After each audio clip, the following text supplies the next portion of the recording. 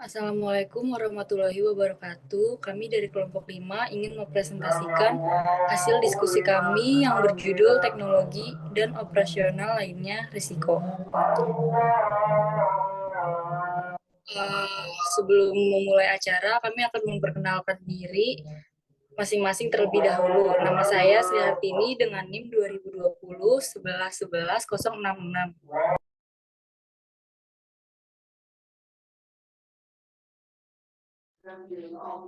Perkenalkan, nama saya Mita Nurhaliza dengan NIM 2020 12 11 057.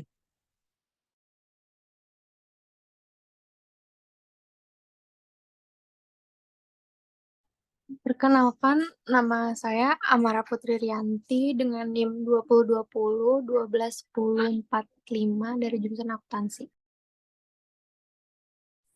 Perkenalkan, saya Mutiara Ayu dari manajemen dengan NIM 2020 11 11 064.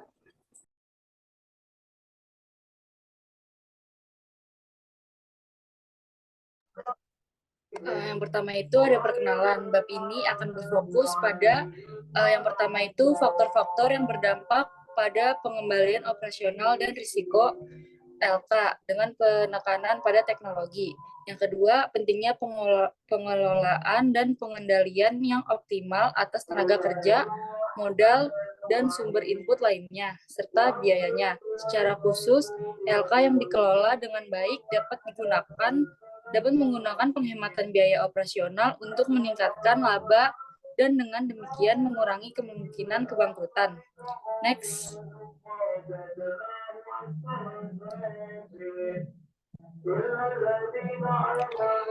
Selanjutnya, inti dari proses pengambilan keputusan LK adalah biaya input atau faktor yang digunakan untuk menghasilkan layanan baik di dalam maupun di luar neraca. Dua faktor penting adalah tenaga kerja dan modal. Penting untuk manajemen yang efisien dan kombinasi dari input ini adalah teknologi.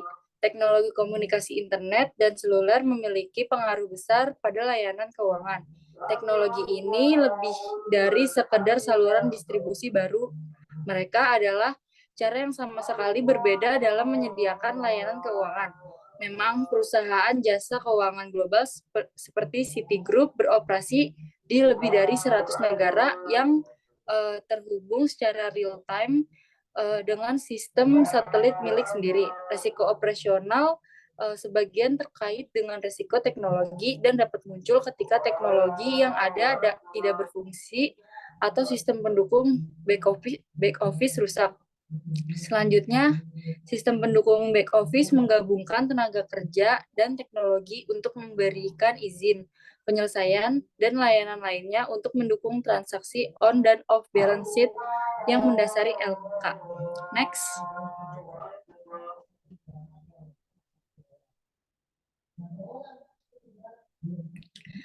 Pada bulan Agustus 2012, kesalahan perangkat lunak di Knight Capital Group hampir memaksa perusahaan tutup. Knight Capital Group INC memegang sekitar 7 miliar dolar saham pada satu titik sebagai akibat dari kesalahan perdagangan yang dilakukan ketika program perangkat lunak komputer gagal. Pedagang Knight bekerja dengan panik untuk menjual saham sambil mencoba meminimalkan kerugian karena masalah perangkat lunak. Namun, posisi 4,6 miliar dolar akan mencegah Knight membuka bisnis keesokan harinya karena perusahaan pialang akan kekurangan modal yang diminta oleh regulator untuk mengimbangi resiko pemegang saham. Knight menghindari penutupan dengan setuju untuk menjual portofolio ke Goldman Sachs Group INC. Namun, Knight berakhir dengan kerugian 440 juta dolar. Grup INC. Namun, Knight berakhir dengan kerugian 440 dolar. Knight menghindari penutupan dengan setuju untuk menjual portofolio ke Goldman Sachs Group INC. Menurut Hitachi Data System, kegagalan sistem back office biasanya terjadi 4 kali per tahun di rata-rata perusahaan. Misalnya, lebih dari seminggu setelah serangan. Bank of New York masih mengalami masalah dengan beberapa komunikasi penting menurut Hitachi Data System. Kegagalan sistem back office biasanya terjadi 4 kali lebih dari seminggu setelah serangan. Bank of New York masih mengalami masalah dengan beberapa komunikasi seperti yang sudah dijelaskan, risiko teknologi dan operasional terkait erat dan dalam beberapa tahun terakhir telah menimbulkan kekhawatiran besar bagi manajer dan regulator FI. Federal Reserve mendefinisikan risiko operasional sebagai risiko yang timbul dari potensi sistem informasi yang tidak memadai, masalah operasional, pelanggaran dalam kontrol internal, penipuan atau bencana tak terduga yang akan mengakibatkan kerugian tak terduga. Memang resiko operasional menjadi begitu signifikan. Next.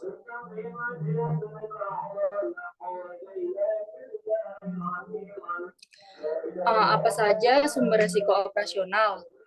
Mengontrol dan mengurangi risiko operasional meningkatkan efisiensi operasional FI seperti yang terlihat pada bagian berikut.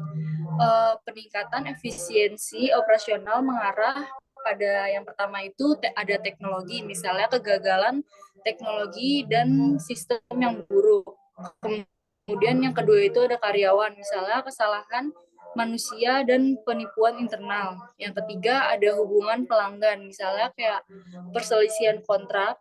Terus kemudian yang keempat ada aset modal, misalnya kehancuran karena kebakaran atau bencana lainnya. Kemudian yang kelima itu ada eksternal, misalnya seperti penipuan eksternal. Next.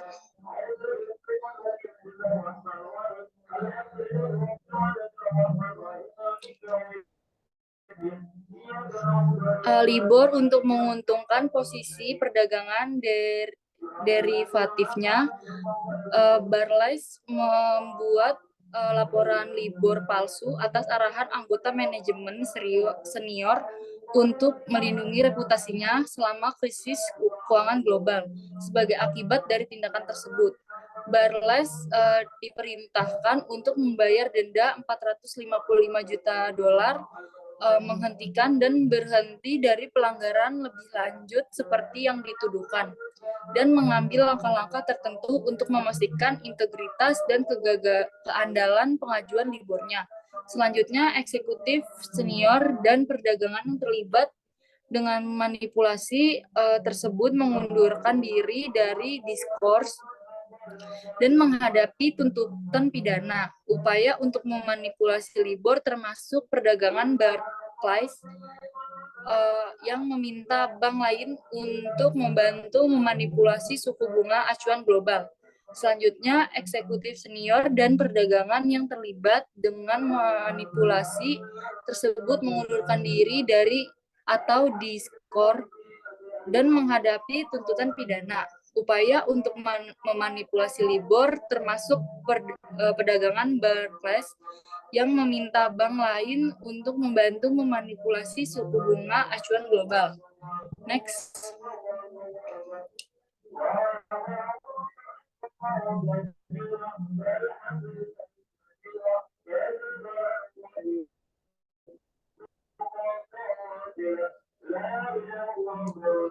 Selanjutnya akan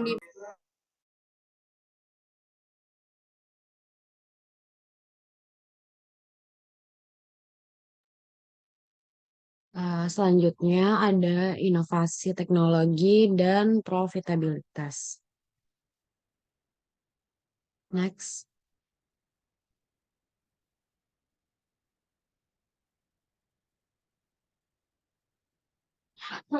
Teknologi komputer, audio, dan komunikasi visual system, dan lainnya sistem informasi yang dapat diterapkan pada produksi jasa lembaga keuangan.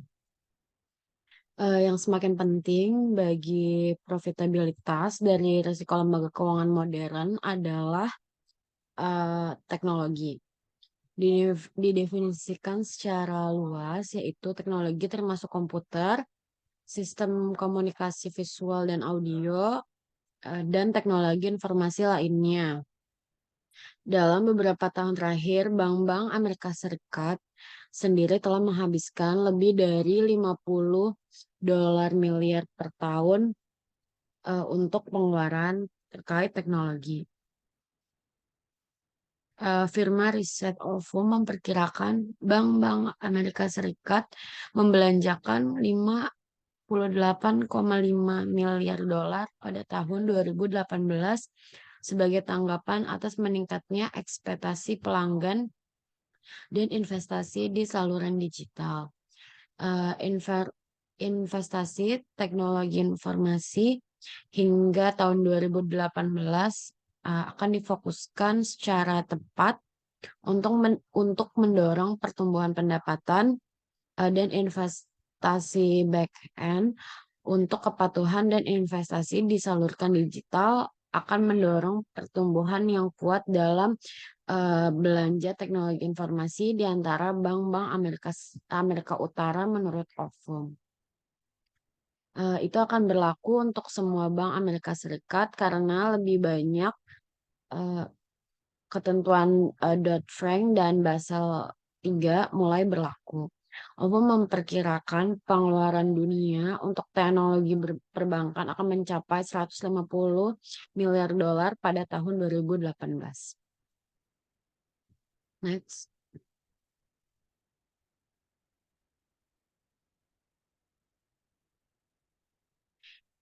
Basis teknologi yang efisien untuk lembaga keuangan dapat menghasilkan yang pertama turunnya biaya dengan menggabungkan tenaga kerja dan modal dalam campuran yang lebih efisien. Yang kedua, peningkatan pendapatan dengan memungkinkan beragam layanan keuangan diproduksi atau diinovasi dan dijual kepada pelanggan. Pentingnya biaya operasional lembaga keuangan dan efisiensi penggunaan teknologi yang berdampak pada biaya ini secara jelas ditunjukkan oleh fungsi lamba yang disederhanakan ini, yaitu penghasilan atau laba sebelum pajak sama dengan pendapatan bunga dikurang beban bunga ditambah pendapatan non bunga dikurang beban non bunga lalu dikurang penyisihan kerugian pinjaman.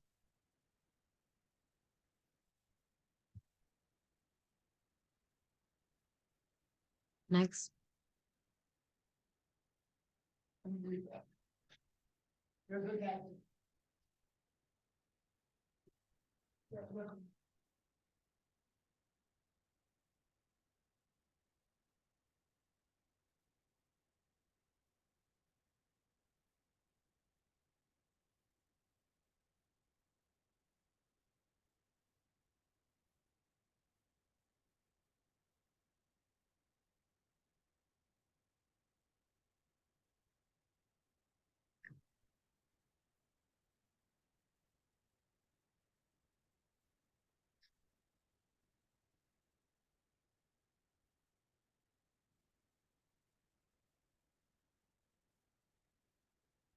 Teknologi penting karena investasi teknologi yang dipilih dengan baik memiliki potensi untuk meningkatkan margin bunga bersih lembaga keuangan atau perbedaan antara pendapatan bunga dan beban bunga dan pendapatan non bunga bersih. Oleh karena itu, teknologi dengan secara langsung meningkatkan profitabilitas seperti yang ditunjukkan pada contoh berikut.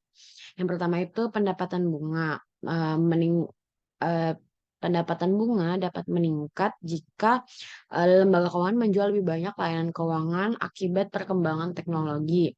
Ini mungkin termasuk penjualan silang produk keuangan dengan membuat komputer mengidentifikasi pelanggan dan kemudian memiliki produk layanan keuangan, telemarketing, lembaga keuangan seperti asuransi jiwa dan produk bank secara langsung dan melalui internet. Selain itu, janji tambahan pendapatan dari investasi teknologi mendorong peningkatan laju inovasi produk baru dan mendukung peningkatan kualitas layanan dan kenyamanan.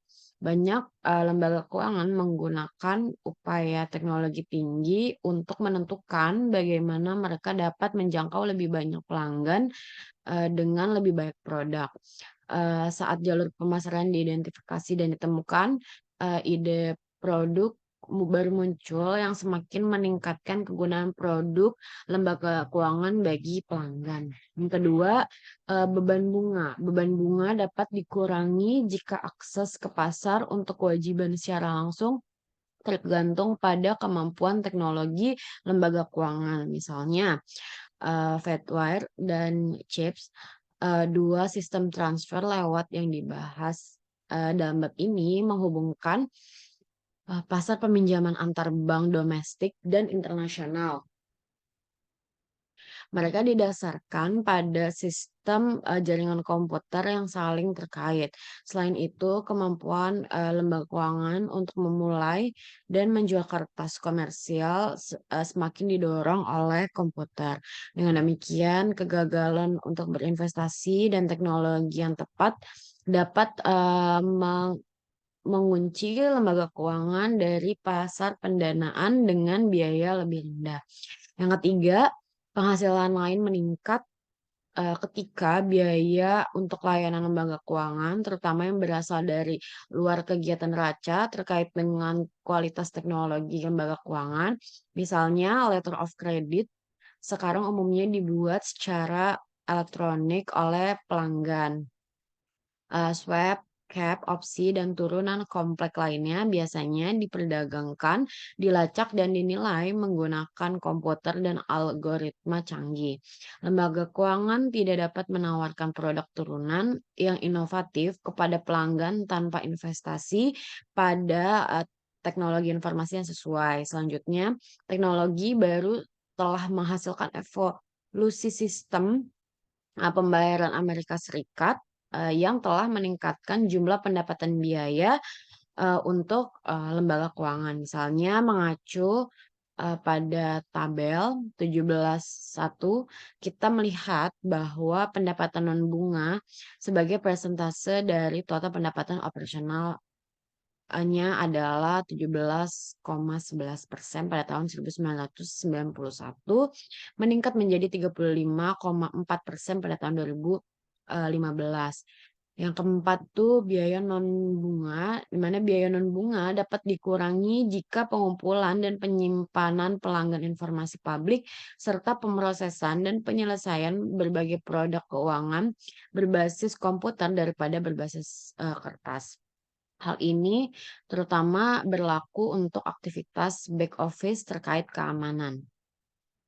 Next.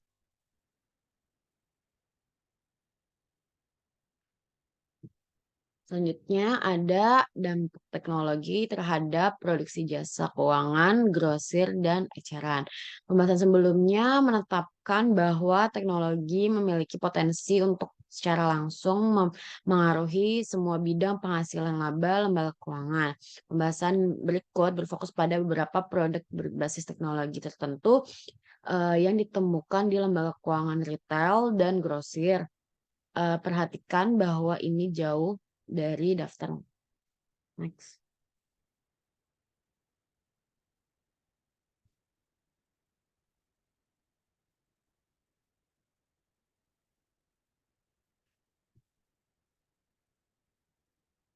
Yang pertama itu ada layanan keuangan grosir.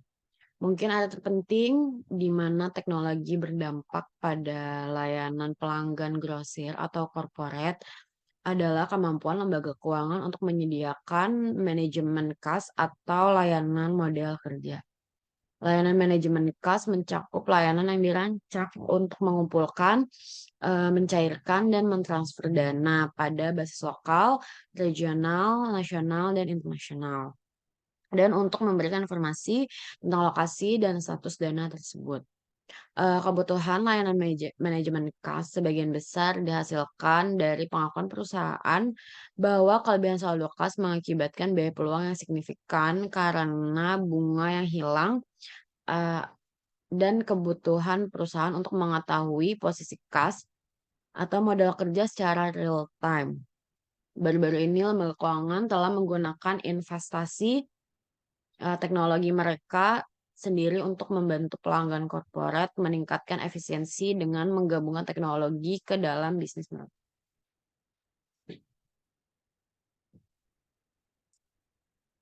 Yang pertama itu, akun pengeluaran terkendali.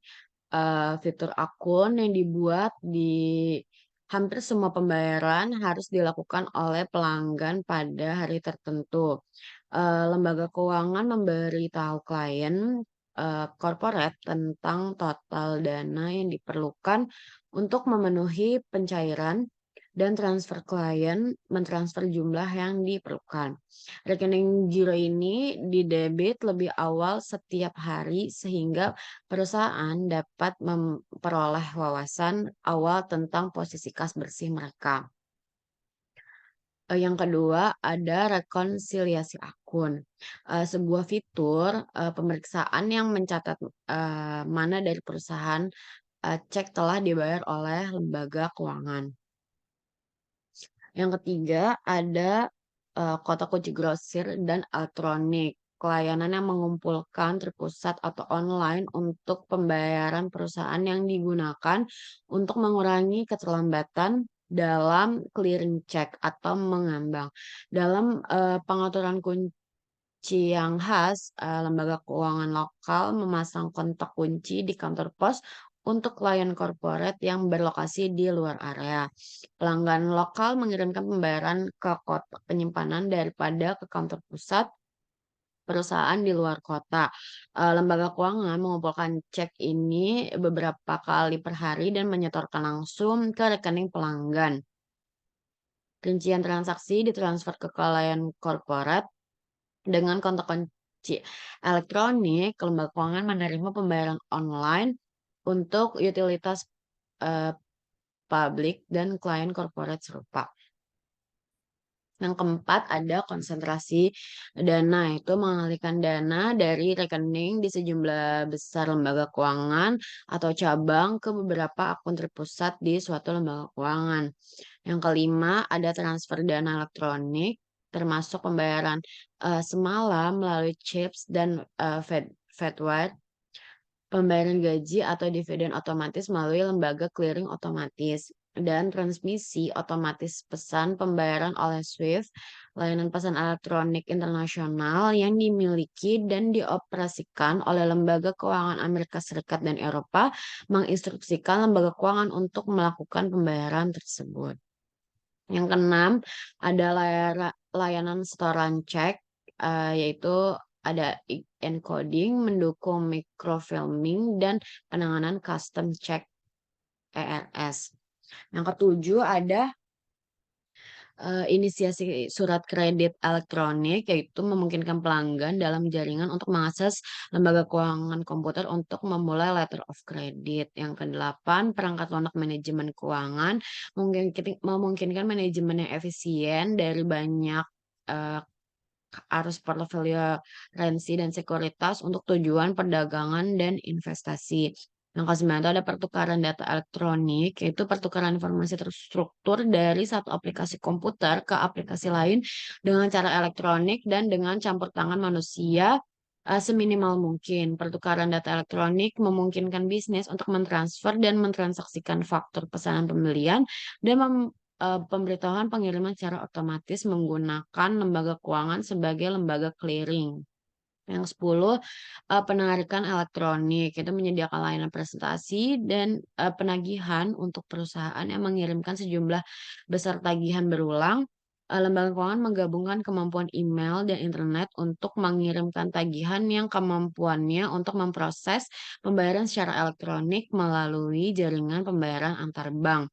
Yang ke-11 ada verifikasi identitas. Dengan menggunakan teknologi enkripsi, lembaga keuangan mengesahkan identitas pemegang rekening mereka sendiri dan berfungsi sebagai perantara yang melaluinya. Pelanggan bisnis mereka dapat memverifikasi identitas pemegang rekening di lembaga keuangan lain setelah serangan teroris pada 11 September 2001, beberapa legislator menyerukan pembatasan teknologi enkripsi kecuali mengizinkan penegakan hukum mengakses data yang dikodekan. Yang ke-12, bantuan untuk usaha kecil termasuk e-commerce, yaitu membantu perusahaan kecil dalam menyiapkan infrastruktur situs web interaktif dan kemampuan pembayaran untuk terlibat dalam e-niaga. Yang ke-13, teknologi menghadapi pelanggan online. Teknologi yang memungkinkan klien bisnis lembaga keuangan menjangkau pelanggan mereka secara lebih individual dan efisien di seluruh saluran online. Misalnya, memberi pelanggan bisnis teknologi untuk memindai cek dan menyimpan gambar secara online atau kemampuan untuk menyediakan aplikasi online dan seluler.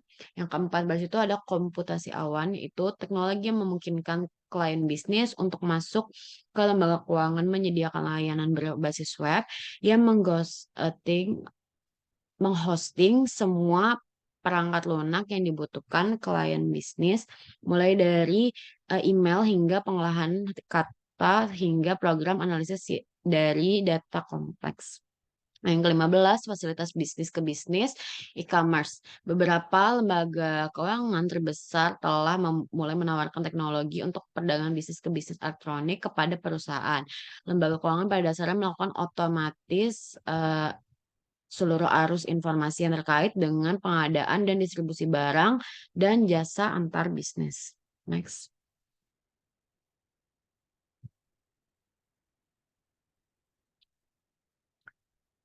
Selanjutnya ada layanan keuangan retail. Itu pelanggan retail menurut efisiensi dan fleksibilitas dalam transaksi keuangan mereka hanya menggunakan cek atau memegang uang tunai seringkali lebih mahal dan memakan waktu daripada menggunakan teknologi pembayaran elektronik berorientasi retail dan internet.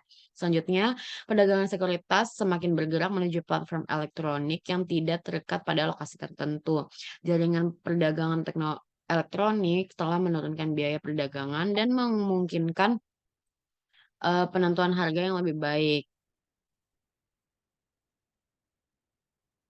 Yang pertama, ada anjungan tunai mandiri atau ATM. Itu memberikan pelanggan akses 24 jam ke rekening deposito. Mereka dapat membayar tagihan secara menarik uang tunai dari mesin ini. Selain itu, jika ATM lembaga keuangan jika ATM lembaga keuangan adalah bagian dari jaringan bank, deposan retail dapat memperoleh akses nasional langsung dan dalam banyak kasus internasional ke rekening deposito mereka dengan menggunakan ATM bank lain dalam jaringan untuk menarik uang akun mereka. Yang kedua ada kartu debit POS atau point of sale. Itu mengizinkan pelanggan yang memilih untuk tidak menggunakan uang tunai, cek atau kartu kredit untuk pembelian barang dagangan menggunakan terminal kartu debit atau point of sale. Pedagang menghindari pelampung cek dan keterlambatan pembayaran yang terkait dengan piutang kartu kredit karena lembaga keuangan segera menawarkan layanan kartu kredit atau pos dan mentransfer dana langsung dari rekening simpanan pelanggan ke rekening simpanan pedagang pada saat menggunakan kartu. Tidak seperti transaksi cek atau kartu kredit, pengguna kartu debit menghasilkan transfer dana langsung dari rekening pelanggan ke rekening pedagang. Selain itu, pelanggan tidak pernah mengeluarkan debit ke penerbit kartu seperti yang biasa terjadi pada kartu kredit. Yang ketiga ada debit atau kredit yang diotorisasi sebelumnya, sertakan setoran langsung, cek gaji ke bank, rekening, serta pembayaran langsung tagihan hipotek dan utilitas. Yang keempat itu ada kartu pintar atau kartu nilai toko, di mana mengizinkan pelanggan untuk menyimpan dan membelanjakan uang untuk berbagai transaksi menggunakan kartu yang memiliki alat penyimpanan chip, biasanya berupa strip, ini telah menjadi semakin populer di universitas. Yang kelima, ada perbankan online, yaitu memungkinkan nasabah untuk melakukan perbankan retail dan investasi layanan yang ditawarkan melalui internet.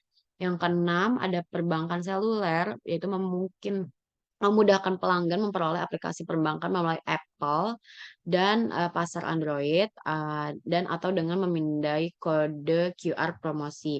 Itu layanan yang disediakan melalui perangkat seluler termasuk pengambilan setoran jarak jauh dan dompet digital di mana pelanggan bank dapat membayar barang menggunakan aplikasi smartphone. Yang ketujuh, perbankan tablet mirip dengan mobile banking tetapi memungkinkan pelanggan mengakses bank layanan melalui format tablet. Yang kedelapan ada situs media sosial lembaga keuangan, yaitu mengizinkan pelanggan untuk berkomentar, lihat iklan, promosi dan permintaan layanan melalui situs media sosial lembaga keuangan misalnya Facebook. Yang kesembilan, integrasi saluran online, offline, dan seluler. Memungkinkan pelanggan untuk memulai pinjaman aplikasi online dan kemudian menyelesaikan aplikasi di cabang tanpa harus memulai proses dari awal. Yang ke-10, layanan perencanaan keuangan, yaitu izinkan pelanggan mengelola keuangan mereka dan memantau pengeluaran melalui layanan online, seluler, dan tablet. Lalu yang ke-11, pinjaman seluler mikro, yaitu mengizinkan pelanggan untuk mengajukan, mendapatkan persetujuan, dan menerima pencairan pinjaman melalui perangkat seluler atau tablet. Dan yang ke-12, program loyalitas, yaitu mengizinkan pelanggan menerima manfaat dari layanan retail, hiburan, perjalanan, dan liburan melalui perangkat seluler dan tablet. Next.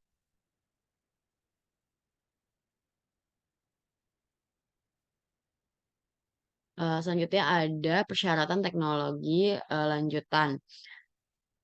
Yang pertama ada integrasi teknologi online, seluler, dan tablet. Sebagai penghasil pendapatan, lembaga keuangan menyambut saluran seluler dan tablet untuk menarik dan melayani pelanggan. Sementara pada saat yang sama terus mendukung teknologi lama perbankan online. Namun, lembaga keuangan belum sepenuhnya mengintegrasikan teknologi yang digunakan untuk berbagai metode banking.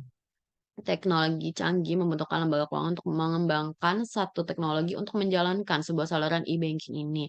Serangkaian teknologi yang saling terhubung dan membuat aplikasi seluler dan tablet, serta pengembangan online lebih mudah dikelola bank dan akan menurunkan biaya operasi mereka menurut lembaga keuangan.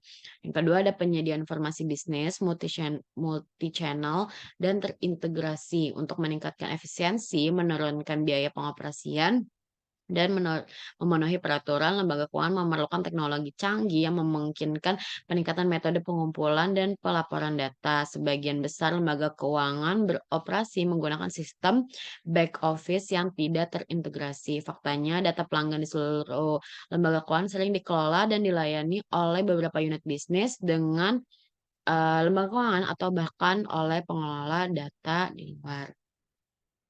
Yang ketiga ada komputasi awan, sama seperti lembaga keuangan menyediakan komputasi awan untuk kebutuhan bisnis mereka. Lembaga keuangan menggunakan cloud computing untuk mendukung aktivitas bisnis mereka sendiri, alih-alih menjadikan aplikasi perangkat lunak di komputer internal dengan staf untuk mendukungnya. Mereka dijalankan di jaringan komputer yang membentuk cloud, yaitu sistem cloud computing memungkinkan pengurangan yang signifikan dalam beban kerja dan biaya operasional karyawan terkait teknologi. Lembaga keuangan hanya membutuhkan komputer yang memiliki perangkat lunak antarmuka yang memungkinkan akses ke cloud yang dapat sesederhana browser web. Yang keempat, ada peningkatan ketergantungan pada pusat pesan untuk menggantikan komunikasi email yang benar-benar ditinggalkan untuk setiap komunikasi pelanggan yang bersih informasi sensitif atau pribadi. Mengganti email adalah pusat pesan. Pusat pesan ini adalah portal web khusus yang disiapkan untuk komunikasi aman antara lembaga keuangan dan pelanggannya. Yang kelima ada teknologi yang digunakan untuk masalah keamanan. Penggunaan teknologi canggih membawa serta meningkatkan potensi dan bentuk penipuan yang lebih kompleks. Dengan demikian, lembaga keuangan membutuhkan sistem manajemen risiko berbasis teknologi. Yang keenam, pencadangan data dan pemulihan bencana. Luasnya penggunaan teknologi canggih oleh lembaga keuangan menciptakan kebutuhan akan sistem pencadangan data yang digunakan untuk menyimpan salinan semua data penting di setiap harinya. Dengan mencadangkan data, lembaga keuangan dapat memulihkan data secara hampir lengkap dan cepat jika terjadi bencana, penghapusan data, korupsi, atau penipuan. Sistem pencadangan data memungkinkan lembaga keuangan untuk mengunggah setidaknya satu salinan file ke data server jarak jauh yang disimpan dan diakses secara online untuk dilindungi dari apapun yang dapat membahayakan file ini. File yang di backup umumnya disimpan di lokasi rahasia yang jauh dari lokasi cabang atau bisnis lembaga keuangan. Jadi, jika bencana terjadi di suatu bagian dunia, lembaga keuangan memiliki datanya di lokasi yang tidak terpengaruh. Untuk lembaga keuangan besar, persyaratan penyimpanan cadangan sangat besar. Dengan demikian, pengaturan ruangan penyimpanan dan pengelola proses pencadangan merupakan aktivitas yang rumit. Next.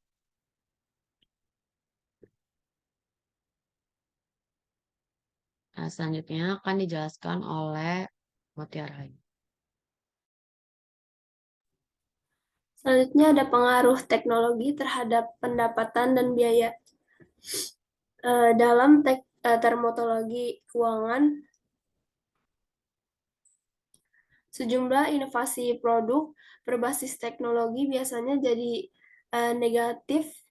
Proyek nilai sekarang bersih karena ketidakpastian atas pendapatan dan biaya, dan beberapa cepat saingan akan meniru atau menyalin inovasi apapun. Faktor lainnya adalah konflik keagenan, di mana manajer melakukan investasi berorientasi pertumbuhan untuk meningkatkan ukuran LK. Investasi semacam itu mungkin tidak konsisten dengan tujuan memaksimalkan nilai pemegang saham. Akibatnya, kerugian atas inovasi teknologi dan teknologi baru dapat melemahkan FI karena sumber daya modal yang akan diinvestasikan dalam produk yang menurunkan nilai. Jadi di sini rumus ini untuk menghitung teknik penganggaran modal standar yang diterapkan pada inovasi teknologi dan produk FI baru. Next. Selanjutnya ada teknologi dan pendapatan. Salah satu manfaat potensial dari teknologi adalah memungkinkan FI untuk memasarkan silang produk baru dan yang sudah ada kepada pelanggan. Penjualan bersama tersebut tidak mengharuskan FI untuk memproduksi semua layanan yang dijual di cabang atau outlet lain. Layanan keuangan yang sama. Akibatnya, pendataan bunga dan non-bunga per dolar aset meningkat dan pengembalian aset meningkat. Lalu ada teknologi dan biaya. LK telah menganggap manfaat utama dari kemajuan teknologi berada di sisi biaya daripada sisi pendapatan. Setelah tinjauan teoritis tentang bagaimana teknologi memengaruhi biaya FI secara menguntungkan atau tidak menguntungkan. Selanjutnya ada skala ekonomi. Jika teknologi yang ditingkatkan atau diperbaiki menurunkan biaya rata-rata produksi jasa keuangan LK yang lebih besar mungkin memiliki skala ekonomi keuangan keuntungan antara perusahaan keuangan yang lebih kecil. Skala ekonomis menyiratkan bahwa unit atau biaya rata-rata untuk menghasilkan jasa FI secara agregat atau beberapa jasa tertentu seperti simpanan atau jaminan turunan ketika ukuran FI bertambah. Dengan demikian, biaya non-bunga per dolar aset turun dan laba aset meningkat.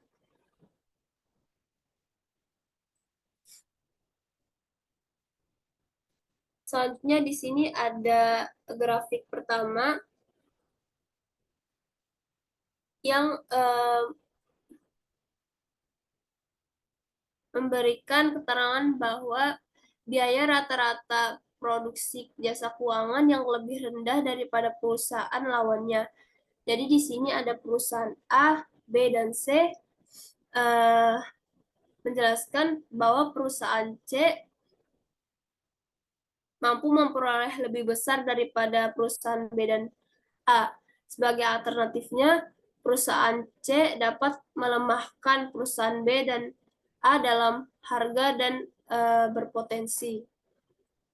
Jadi skala dan ruang lingkup ekonomi dapat dihasilkan dari berbagai faktor selain teknologi, misalnya ekspansi bank antara negara. Namun di bagian ini kami menunjukkan ekonomi ini menggunakan kerangka kerja investasi teknologi. Lalu yang grafik kedua menjelaskan hipotesis AC kurva sebelum inovasi teknologi yang mengurangi biaya AC mencerminkan efek penurunan biaya dari teknologi pada FI dari semua ukuran, tetapi dapat manfaat terbesar yang diperoleh dari ukuran terbesar. Investasi teknologi LK berukuran besar menghasilkan biaya rata-rata produksi jasa keuangan yang lebih tinggi, menyebabkan industri beroperasi dalam kondisi skala disekonomis. Selanjutnya ada ruang lingkup ekonomi. Sementara investasi teknologi mungkin memiliki efek positif atau negatif pada FI secara umum, dan efek ini mungkin berada di seluruh FI dengan ukuran yang berbeda. Teknologi cenderung diterapkan lebih banyak di beberapa era produk daripada yang lain. Artinya, LK adalah perusahaan multiproduk yang memproduksi jasa yang melibatkan kebutuhan teknologi yang berbeda. Lalu yang rumus pertama ini AC, A untuk menentukan ekonomi ruang lingkup perusahaan-perusahaan yang bergabung bersama untuk memproduksi. Lalu rumusnya kedua ini AC, A plus B artinya biaya produksi bersama melalui sinergi biaya lebih kecil daripada produksi terpisah dan independen dari layanan.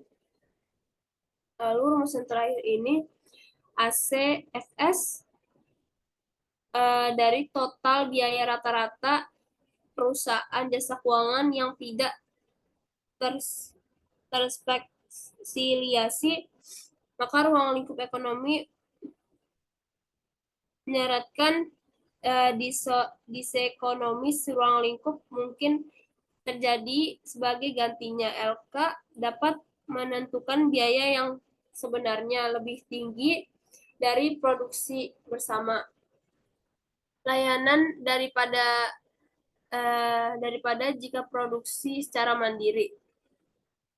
Misalnya kalau LK memiliki beberapa teknologi berbasis inovasi yang sangat terspesialisasi untuk memudahkan fungsi produk yang pemrosesan pinjaman.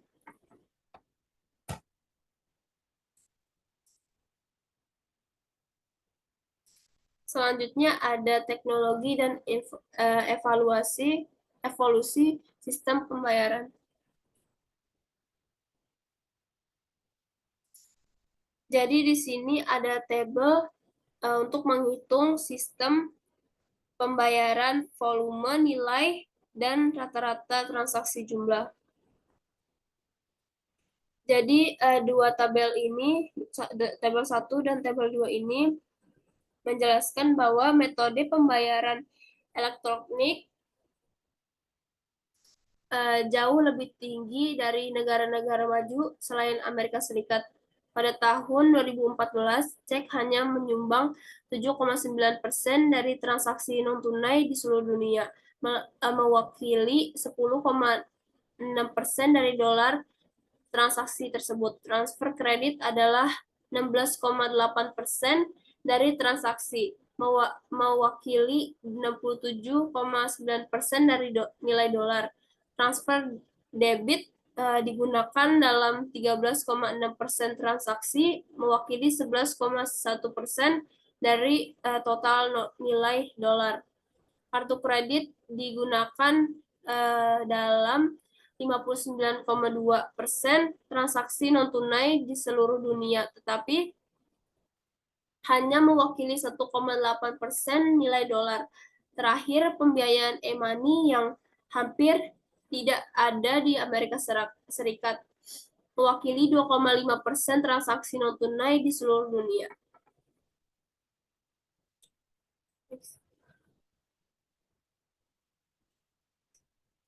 Selanjutnya ada resiko yang timbul dalam sistem pembayaran transfer elektronik.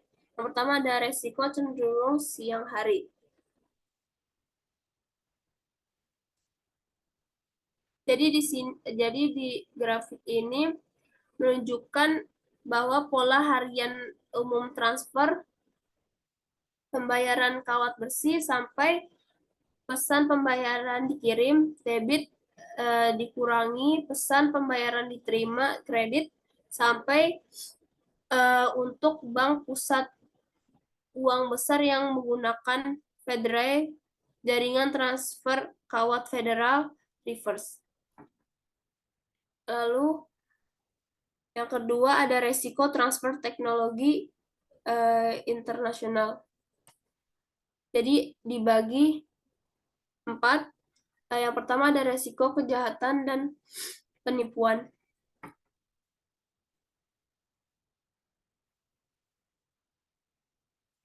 Meningkatkan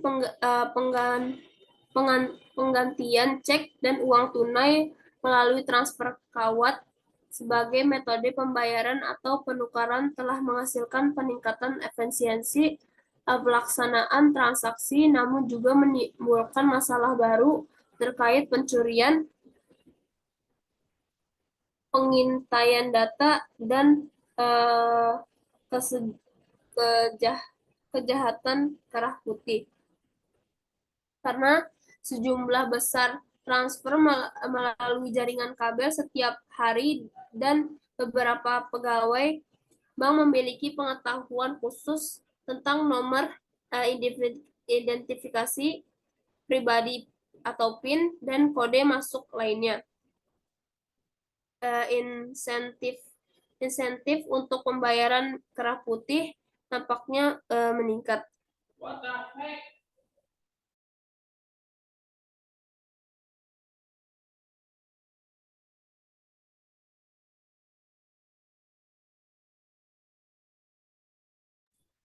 Lalu selanjutnya ada regulasi.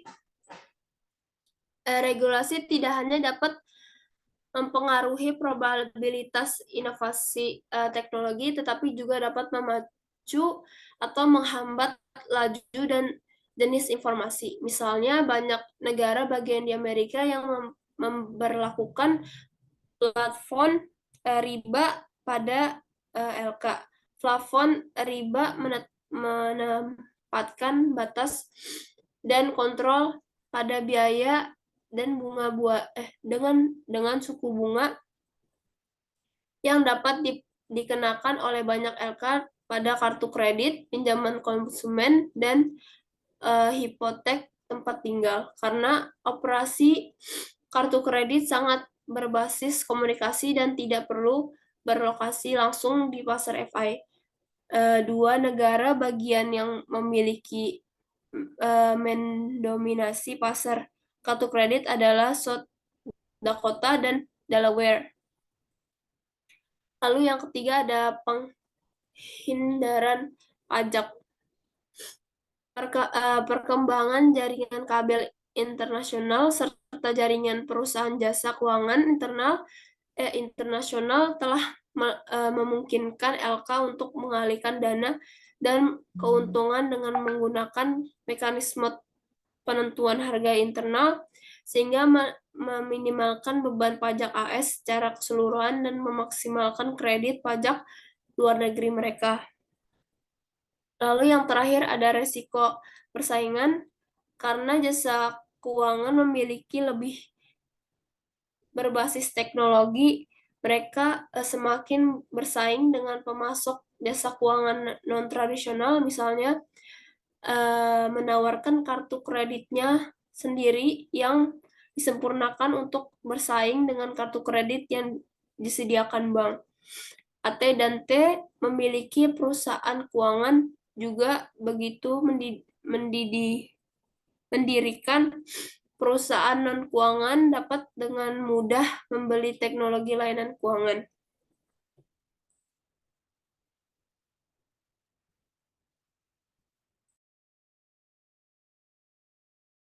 Selanjutnya akan dijelaskan oleh Amara.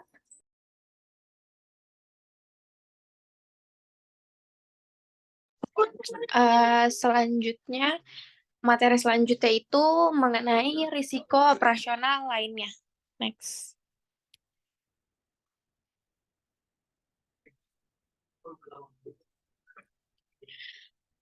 Pada pembahasan pertama itu, risiko teknologi menjadi semakin penting bagi profitabilitas dan risiko LAK. Itu bukan satu-satunya sumber risiko operasional. Memang penelitian telah menemukan bahwa dampak risiko operasional seperti penggelapan dana dan penipuan pinjaman pada nilai perusahaan yang jauh melebihi sebanyak 12 kali biaya sebenarnya. Pada awal ini, daftar 4 sumber risiko operasional lainnya adalah karyawan, hubungan pelanggan, aset modal, dan risiko internal. Misalnya risiko internal itu meliputi perputaran karyawan, pencurian dan penipuan, serta kesalahan pemrograman oleh karyawan. Kontak perspektif industri memeriksa dugaan pencurian data akun klien oleh mantan penasihat keuangan Morgan Stanley. Next.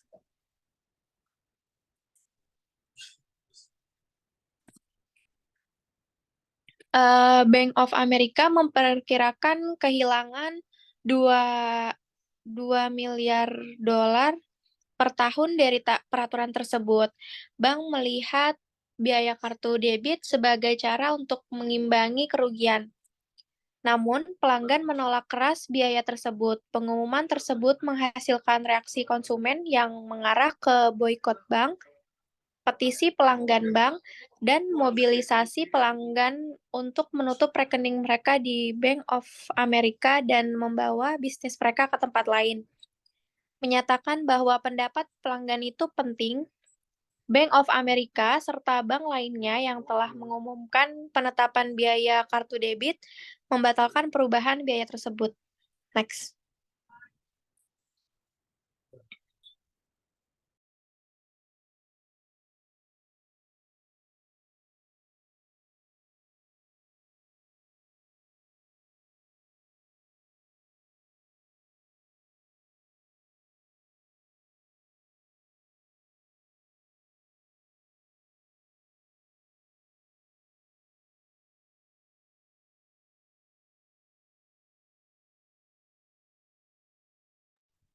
Next.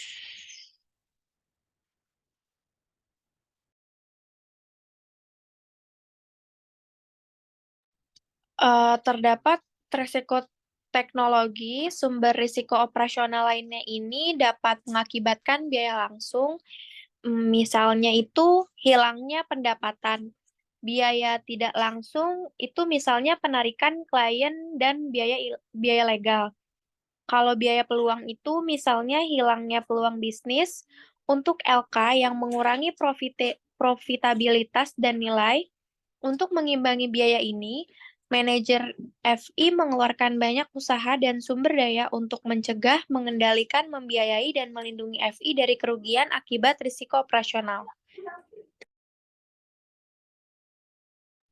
Upaya tersebut itu antara lain, yang pertama pencegahan kerugian, melakukan pelatihan, pengembangan, dan review karyawan.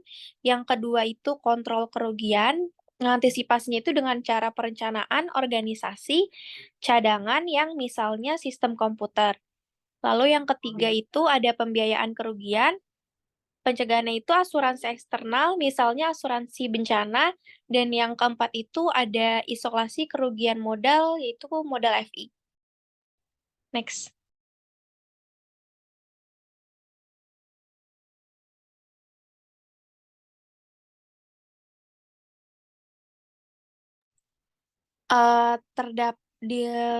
Di sini dapat diperhatikan ada tabel yaitu berisi sumber risiko,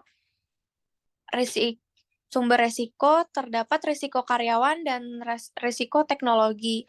Masalah spesifiknya itu seperti pergantian karyawan, risiko personel kunci, perdagangan nakal, pencucian uang, pelanggaran kerahasiaan, kesalahan pemrograman, risiko modal, kesalahan mark to market, informasi manajemen, pemadaman sistem IT, kegagalan telekomunikasi, dan kegagalan penyedia teknologi.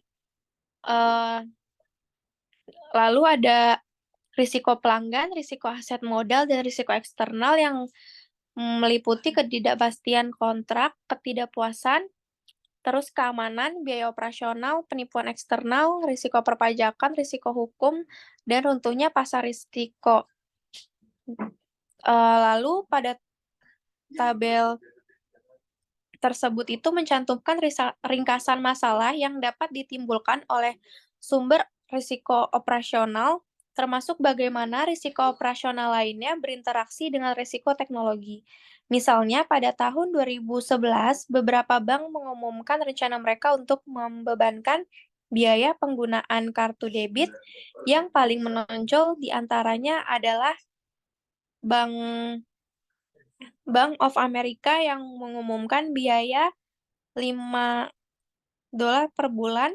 Bank of America mengatakan biaya tersebut merupakan konsekuensi dan amandemen terhadap RUU Reformasi yang membatasi jumlah tersebut. Next.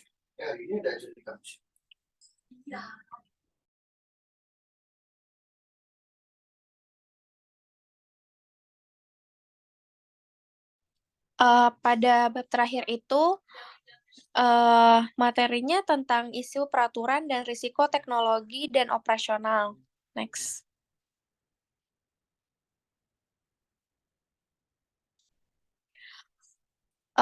Risiko operasional itu adalah risiko kerugian langsung atau tidak langsung yang diakibatkan oleh ketidakcakupan atau kegagalan proses internal orang atau sistem dan dari peristiwa eksternal. Tentu saja dengan meningkatnya penggunaan teknologi oleh LK, risiko operasional juga meningkat. Namun, sedikit yang telah dilakukan untuk mengawasi atau mengatur risiko yang meningkat ini. Pada bagian ini, kami melihat dua area yang terkena dampak langsung dari peningkatan risiko operasional. Next.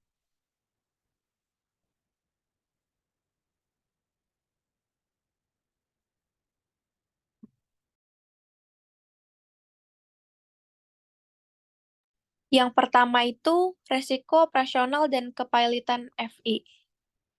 Firma konsultan risiko operasional memperkirakan bahwa pada 1980 dan 1990, maka kehilangan lebih dari 200 miliar karena risiko operasional.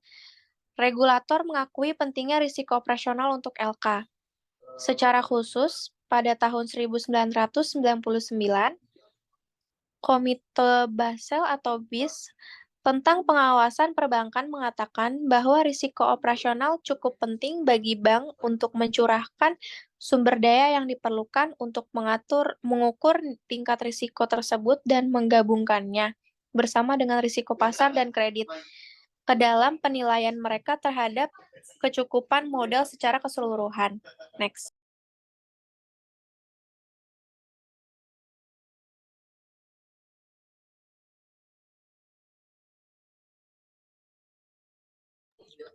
Yang kedua itu terdapat perlindungan konsumen, yaitu survei keamanan informasi atau yang biasa disebut dengan KPMG melaporkan bisnis itu pelanggan ragu untuk menempatkan informasi pribadi dan keuangan mereka di internet karena dua alasan.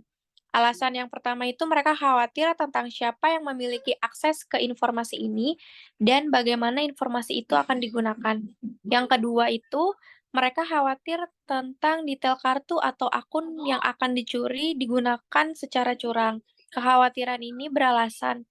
Misalnya pada tahun 2009 seorang Amerika berusia 28 tahun, Albert Gonzalez, bersama dengan dua kaki tangan Rusia didakwa atas apa yang diyakini jaksa sebagai salah satu kejahatan peretasan dan pencurian identitas terbesar di negara itu. Next.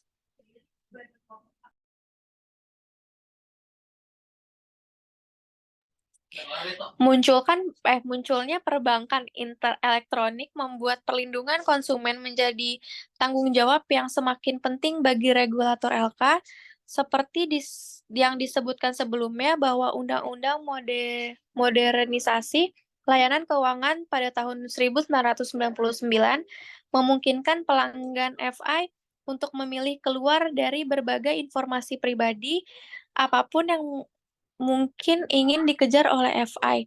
Dengan demikian, pelanggan FI memiliki kendali atas siapa yang akan melihat dan memiliki akses ke informasi pribadi mereka.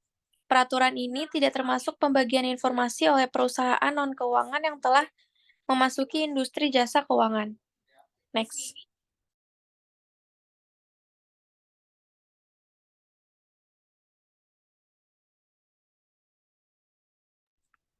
Lalu, Undang-Undang Reformasi Jalan dan Perlindungan Konsumen Dodd-Frank Wall Street pada tahun 2010 membuat dan memberi wewenang kepada Biro Perlindungan Keuangan Konsumen atau yang lebih sering dikenal dengan CFPB untuk mengawasi non-bank di pasar khusus hipotek tempat tinggal, hari gajian, dan pinjaman pendidikan swasta. CFPB juga mengatur berbagai produk dan layanan keuangan, yang termasuk konseling kredit, pinjaman gaji, hipotek, kartu kredit, dan produk bank lainnya.